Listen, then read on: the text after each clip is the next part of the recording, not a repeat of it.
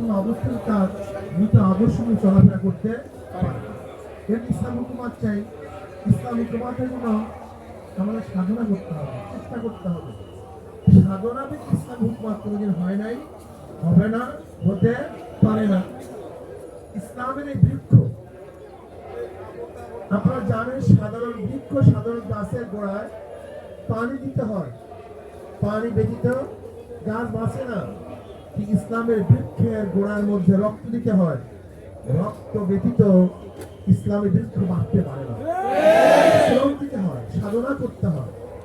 কাজী আসুন না, আজকের থেকে আমরা এখানে যারা উপস্থিত হয়েছে শপথ গ্রহণ করি, যতক্ষণ পর্যন্ত আল্লাহর জমিনে আল্লাহর হুকুমাত কায়েম না হবে ততক্ষণ পর্যন্ত সর্বোচ্চ চেষ্টা করব। মনের সমাপ্ত কর্মমোদের অবকাশ কোথায়? বিশ্রাম। দেখেন নবীগণ দুনিয়াতে আসার পরে, দুনিয়াতে বিদায় হওয়ার আগ পর্যন্ত অক্লান্ত পরিশ্রম করেছেন। সমস্ত সাহাবারা মৃত্যুর আগ পর্যন্ত অক্লান্ত পরিশ্রম করেছেন। শাহজালাল ইয়ামান রহমতুল্লাহ আলাইহি, শাহ ফরান শাহ হুকুম রহমতুল্লাহ আলাইহি, আমাদের সিটাঙ্গে হাজারো ওলামায়ে কেরাম, হাজারো বুজুর্গানের দিন আসছেন কেন? তারা শাসন করার জন্য আসেন নাই, এই দ্বীনের দাওয়াত দিয়ে এসেছেন। কাজে দ্বীনের দাওয়াত দিয়ে আমাদের প্রত্যেকটা মুসলমানদের জন্য কর্তব্য, অনেক জরুরি। এর জন্য বাল্লিগু আন্নি ওয়ালাউ আয়া, তুমি যা জানো অপরকে জানিয়ে দাও।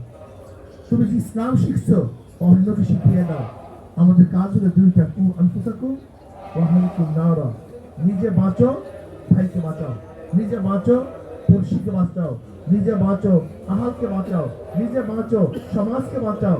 নিজে বাঁচো, দেশকে বাঁচাও। নিচে বাঁচো, গোটা দুনিয়াকে জাহান্নামের আগুন থেকে বাঁচিয়ে রাখো।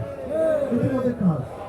এই জন্য আসুন না, আজকে থেকে ইনশাআল্লাহ এখানে যারা আসছি সবাই সর্বোচ্চ চেষ্টা করবে, সর্বোচ্চ দাওয়াতই কাজ করে। দাওয়াত ঘরে ঘরে দাওয়াত প্রচার করে।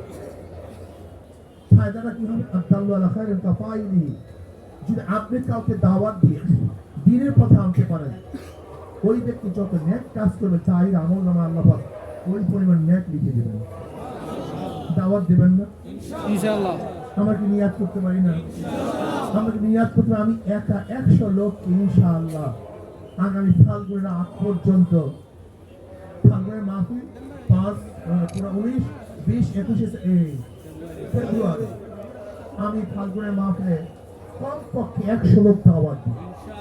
100 লোক দাওয়াত দিই, আমি একা 100 লোক দাওয়াত দিয়ে ইনশাআল্লাহ ইসলামী আন্দোলনের পক্ষে নিয়ে আসবো, যুব আন্দোলনের পক্ষে।